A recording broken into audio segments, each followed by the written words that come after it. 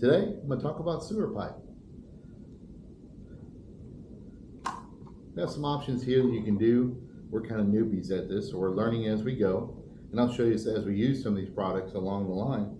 But one of these is a Volterra little twist-on waste valve. This thing is great because, you know, you've got this where it shuts off, where you connect your fittings. This can go right at the exit point of your sewer pipe. So the great thing about this is that, you know, sometimes you have a long extension where your valves are further up into your unit, and you can sometimes have a little leak, and then when you go to take your cap off, it's not so great. So you put this on, and the cap's right here, so you have a valve right there. So that protects you from making little messes. So just something we've been watching a lot of other YouTubers doing, so I thought, well, you know what? This is a product we're gonna buy for our rig, no doubt. Another great suggestion after watching some of those other great people is this little 45 clear elbow. The nice thing is you put this on right at the end of this unit here,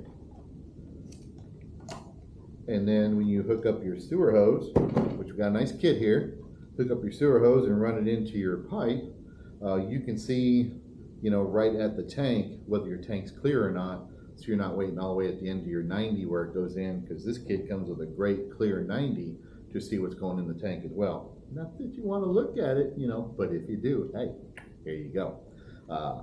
That's a great option. I thought that was, for a few bucks, it was worth getting. Makes a lot of sense, you know, when you're cleaning out your back flushing your black tank and you want to wash it all out and you clean it before you go to your next spot. That's a great item to add. We went with the Rhino Flex. This stuff is great. It can compress to less than 39 inches, but it can expand to almost 20 feet. So there's two 10-foot sections. So that's a pretty long ways, and then it also compresses really nice so that you can store this very easily in your RV. And also it's very rigid, so it's nice that you don't have a lot of droops, because anytime you have dips in your drain, if you have more than one like trap, your stuff won't flow. So you want to make sure you got a nice straight flow going down. Would not be complete with the sidewinder. This is a nice little thing that kind of stretches out. Gets you tight, you set up your pipe.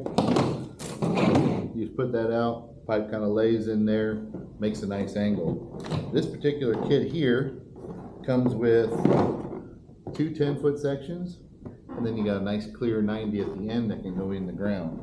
So that's pretty nice. One thing I didn't notice, it looks like it comes with some storage caps also, which is good. You got your storage caps.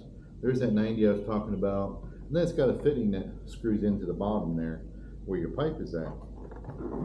So I went with this kit for that reason. There are some that don't compress as much, so then they look like a expandable slinky, if you ask me, and then you got a big area that you got to store this in. Could be a little messy.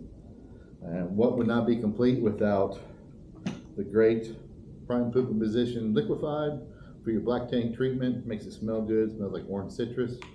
That's a great way to keep everything, to keep your tank clean. Then I picked this up. This is something I saw on the shelf. I thought, well, it might not hurt.